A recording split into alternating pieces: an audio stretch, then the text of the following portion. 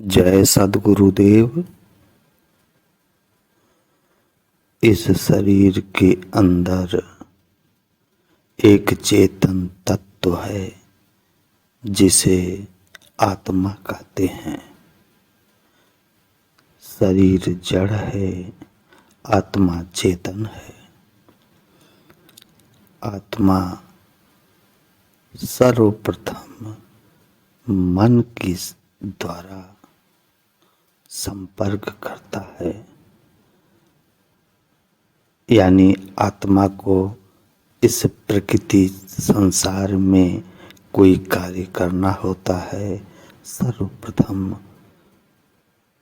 आत्मा मन से जुड़ जाता है, मन इंद्रियों से जुड़ जाता है, इंद्रियां विषयों से जुड़ती हैं, विषय इस संसार से जुड़ जाता है। आत्मा के कर्म का जो प्रवाह है इसी से ही चलता है। अर्थात आत्मा जब जड़ मन के साथ मिलकर कुछ भी इस प्रकृति में कार्य करती है उसे कर्म कहते हैं। मन अक्षर से उत्पन्न है। मन का दो स्वरूप है, एक जड़ मन है, दूसरा चेतन मन है। मन तो एक ही है। मन जब प्रकृति में लिप्त है यानी संसार में लिप्त है तो जड़ मन बोला जाता है। जब यही मन अध्यात्म में पहुंचकर चेतनत्व में लिप्त हो जाता है तब यह चेतन मन कहा जाता है। मन न तो जड़ है न तो चेतन है। यह अक्षर से उत्पन्न एक अणु सत्ता है। मन की कमजोरी यही है कि यह एक बार में एक ही इंद्रियों से कार्य कर सकता है, किंतु यह इतना चंचल है इसका भान जीव को नहीं हो पाता है। इसका भान सिर्फ योगी को होता है जिन्होंने मन को नियंत्रित कर लिया है। अतः जीव मन के द्वारा इस प्रकृति में जो कुछ कार्य कर रहा है वही कर्म है। कर्म से परमात्मा की प्राप्ति नहीं हो सकती है, क्योंकि आत्मा जो चेतन है वह उसकी चेतना का प्रवाह प्रकृति में है, प्रकृति के कर्मों में है। और परमात्मा विभु चेतन है। जब यही आत्मा सद्गुरु के दिशा निर्देशन में साधना सेवा सत्संग करके जब प्रभु की प्राप्ति के लिए आगे बढ़ने लगती है वह विकर्म कहलाता है। विकर्म वह कर्म है, यद्यपि वह मन के धरातल से होता है, परंतु परमात्मा की प्राप्ति के लिए जो कर्म सहायक होते हैं वह कर्म विकर्म कहा जाता है। यही विकर्म कर्म करते करते मन चेतन हो जाता है और विकर्म कर्म करते करते जीव अकर्म हो जाता है, यानी जीवन मुक्त की अवस्था को उपलब्ध हो जाता है। भक्ति का स्वरूप क्या है? भक्ति का स्वरूप प्रकृति आधार के ऊपर है। भक्ति कौन करता है? आत्मा। आत्मा चेतन है, किसकी भक्ति करेगा? परमात्मा की। परमात्मा भी चेतन है, चेतन चेतन की भक्ति करता है, सदगुरु की भक्ति करता है। सदगुरु भी परब्रह्म स्वरूप ही है, परब्रह्म है। यानी भक्ति का स्वरूप चेतन चेतन का है, चेतन जड़ का नहीं है। पूजा व्रत जप तप जो कुछ मन बुद्धि इंद्रियों के द्वारा चतुष्टय अंतःकरण भी उसमें है। जो कुछ हो रहा है वह कर्म है, उस कर्म से परमात्मा की प्राप्ति नहीं होगी। हाँ, इनके द्वारा सदगुरु के दिशा निर्देशन में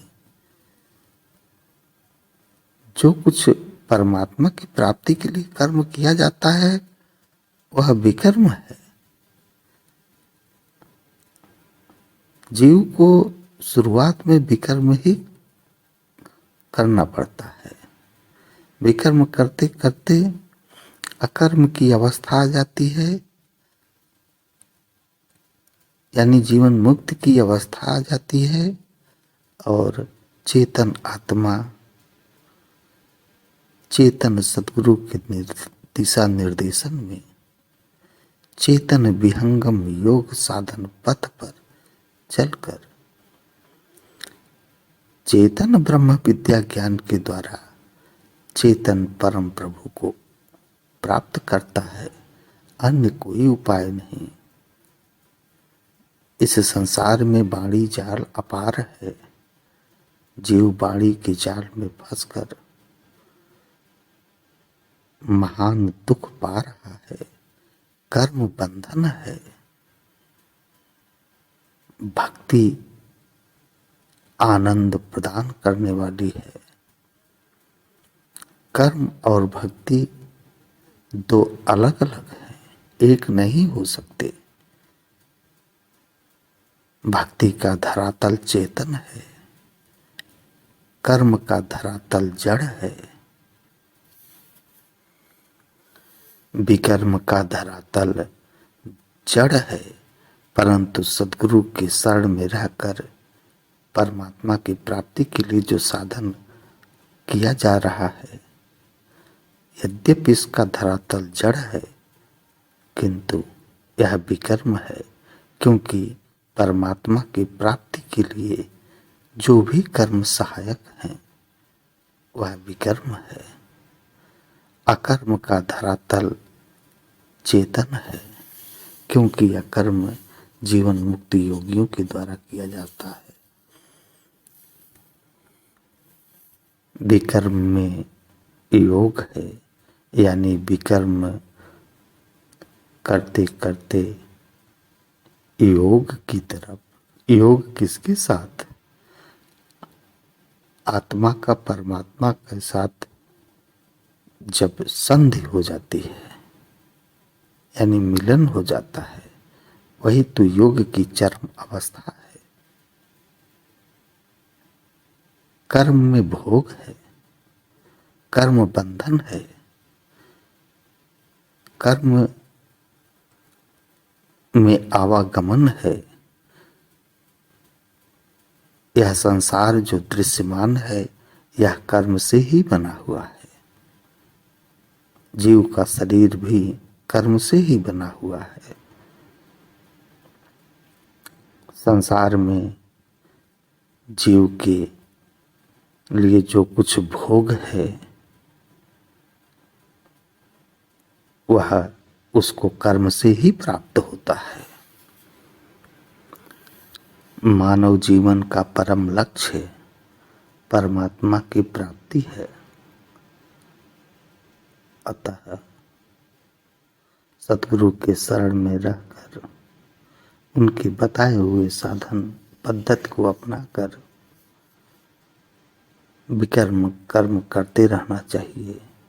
सदगुरु की अपार दया होगी, वह प्रकृति चक्र से उठा देता है, यानी आत्मा की चेतना ऊर्ध्व कर देता है। धीरे धीरे जब चेतना ऊर्ध्व होते होते प्रकृति आधार छोड़ देती है, तब उसके बाद भक्ति की शुरुआत होती है।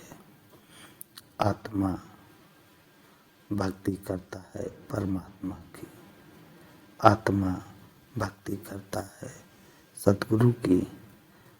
भक्ति बंधन से छुड़ाने वाली है।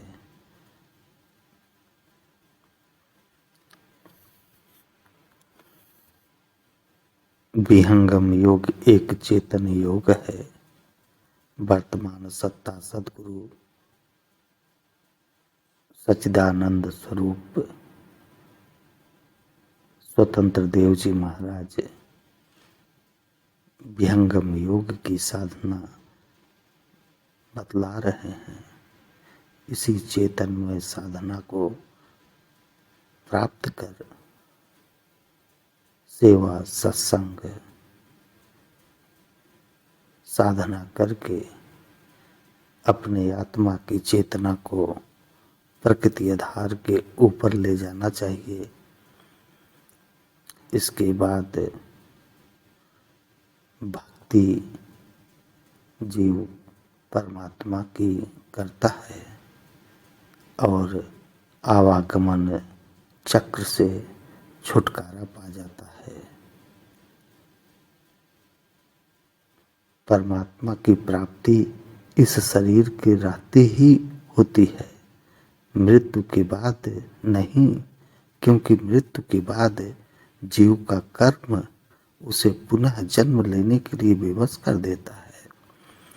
जीते जी परमात्मा की उपलब्धि है। जीते जी जीवन मुक्ति पद को प्राप्त कर लेना चाहिए, अर्थात जीते जी इस देह के साथ असंग होकर अपनी चेतना की ऊंचाई को बढ़ा लेना चाहिए, अर्थात प्रकृति आधार से उठकर चेतन आधार पर स्थित हो जाना चाहिए। जय सद्गुरुदेव।